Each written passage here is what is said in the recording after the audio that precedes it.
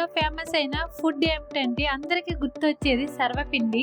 కానీ దీనిని ఎలా తయారు చేస్తారో నాకైతే తెలియదు, కానీ నేనైతే యూట్యూబ్లో చూసి ట్రై చేశాను. కానీ దీని టేస్ట్ మాత్రం నిజంగా సూపర్గా ఉంది. దీనిని ఫస్ట్ టైం ట్రై చేశాను. దీనిని చూసి బాగా వచ్చిందో లేదో కామెంట్ చేయండి. ముందుగా సొరకాయని తురుముకొని అందులో బియ్యం పిండి, పచ్చిమిర్చి, వెల్లుల్లి పేస్ట్, వేయించుకున్న పల్లీలు, ఆనియన్స్, నానబెట్టుకున్న శనగపప్పు, కొత్తిమీర, కరివేపాకు, రుచికి సరిపడినంత సాల్ట్ వేసిన తరువాత గిన్నె సరిపోలేదని వేరే గిన్నెలోకి అయితే నేను ట్రాన్స్ఫర్ చేసి మొత్తము అన్నీ కలిసేలాగా కలుపుకోవాలి. ఇందులోకి వాటర్ అనేది యాడ్ చేయాల్సిన అవసరం లేదు. నేనైతే ప్యాన్లో ట్రై చేశాను.